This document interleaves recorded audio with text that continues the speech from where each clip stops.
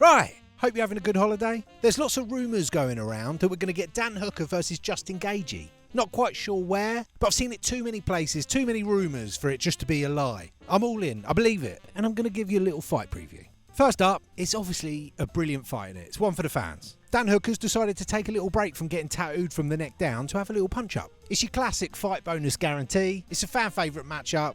The human highlight himself versus the full set of highlights. Let's go. So what's this fight mean for the division and all that? Is the winner going to get a shot? Islam's fought Hooker, but not Justin yet. So Justin winning would probably be better in terms of new championship matchups. If Hooker does win, it's probably more likely that he'd then have to face Oliveira, which would be yet another amazing fight for us. Hooker was holding his own with Gamrot trying to take him down constantly. If they can keep it standing on the feet, Charles going to knock him out. Anyway, we'll worry about that when it happens. What would a loss mean for either of them? Well, it wouldn't be good, would it? It's going to knock whoever loses down to be just a gatekeeper. And what's old Uncle D got planned? Who's he want to win?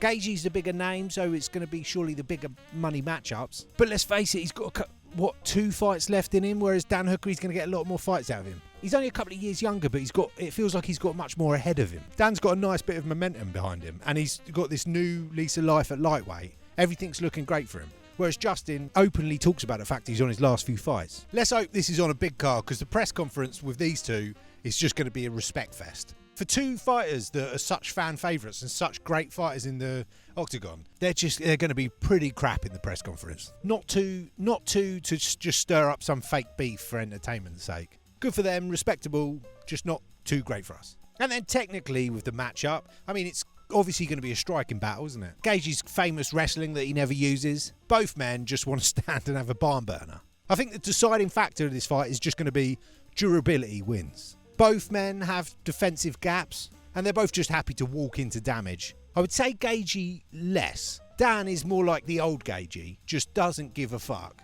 He just walks forward, broken arm, sprained ankle, bad pinky. He's going for it. He just doesn't seem to mind taking a few to get in there, which seems mad, especially at a higher weight, but what are we going to do?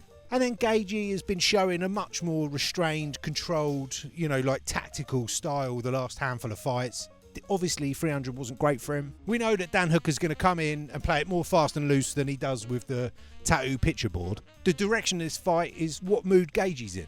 Does Gaethje want to prove himself after that Max fight? I really hope he does. The leg kick, I don't think the leg kicks are going to be a major factor in this fight. They'll just be neutralised. Another interesting factor about this fight is it's the battle of the coaches. We're going to have Eugene Behrman in Hooker's corner, Izzy's famous coach, who's a great notable coach. And then in Justin's corner, we got Trevor Whitman, who we all love, didn't we? Old smiley Trevor Whitman. Don't matter what happens, if Gaethje gets knocked out and breaks both his fucking legs, we know Trevor Whitman's going to be in there smiling ear to ear, and we love him for it. If I had to pick, I'd say pound for pound, Trevor Whitman was the better coach.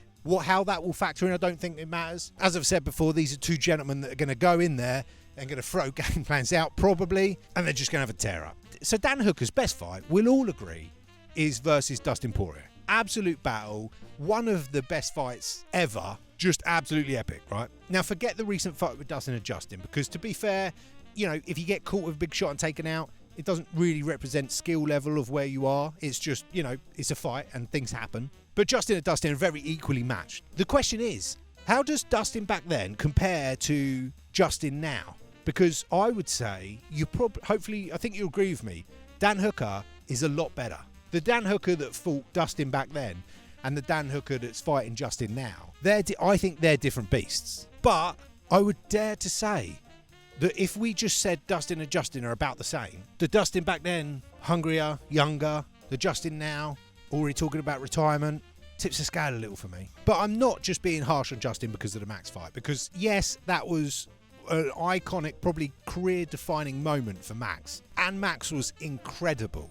And it was a brilliant fight. Let's face it though, that weren't full Justin Gaethje in there.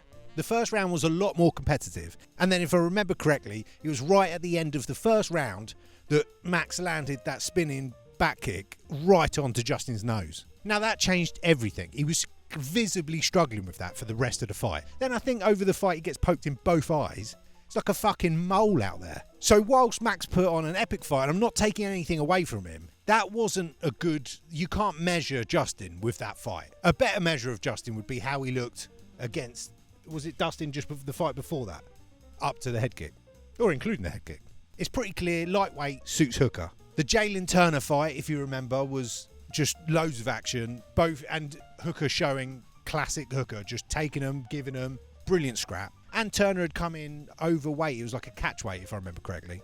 And then he looked good against Gamrot. When you consider the stylistic matchup and Gamrot's game plan and how we traditionally think of Hooker, I think he did fucking brilliantly. Not that he's going to need any of that wrestling defence against Gaethje. My personal prediction on the fight, look, I'd say it's on paper, Gaethje wins. But I'm going with Hooker.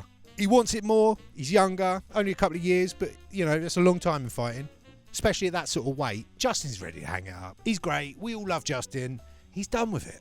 I just hope it's not too bad. I hope Hooker doesn't do to Justin what Justin did to Tony. That was a deep wound, and it's not yet healed. We're not ready for another one. But I think we'll be all right. I'm imagining it'd be 3 round, but hopefully get some sort of co-main and we get 5 rounds of it. And I'm going to assume that's the case just because that's what I want.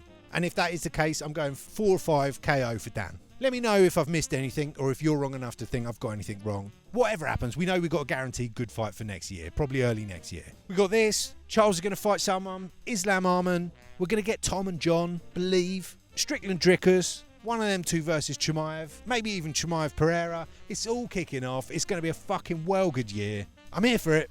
Let's go. Anyway, if you like this video, give us a sub. Check out this playlist of recent bangers. See you next time.